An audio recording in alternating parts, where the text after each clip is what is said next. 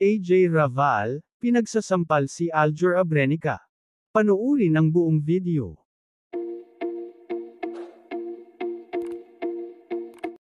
Makalipas ang halos isang taon, ay nagbabalik na sa aktingan at umaatikabong hubaran, ang Vivamax bombshell na si AJ Raval, kasama ang kanyang boyfriend na si Aljur Abrenica.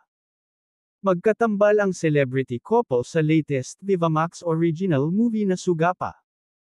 Siyam na buwang nagpahinga sa pag-arte si AJ, para tapusin ang kanyang high school, at desidido raw siyang makagraduate ng college kaya patuloy niyang kakaririn ang pag-aaral, kasabay ng kanyang pag-aartista.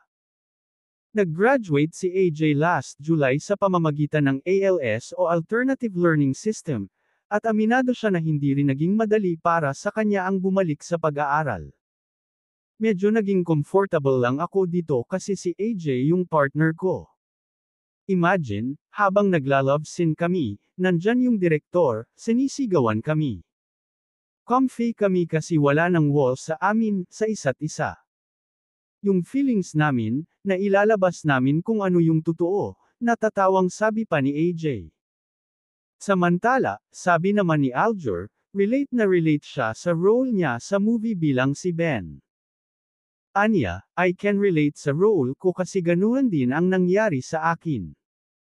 Galing ako sa probinsya, nagpunta sa Maynila to get a good job as an actor, at para makatulong sa pamilya. Sumugal ako at nagpapasalamat ako sa lahat ng nangyari sa akin. First time ko gumawa ng ganitong explicit love scenes at mahirap, kasi iba-ibang anggulo, but masaya naman ako sa naging resulta. First time lang nangyaring makatrabaho ko yung karelasyon ko, at masaya, kasi we're open to each other. Sa trailer ng movie, ipinakita ang pagsampal sa kanya ni AJ ng bonggang-bongga, ilang takes yon. Bale naka 4 takes kami. At totoong sampal yon.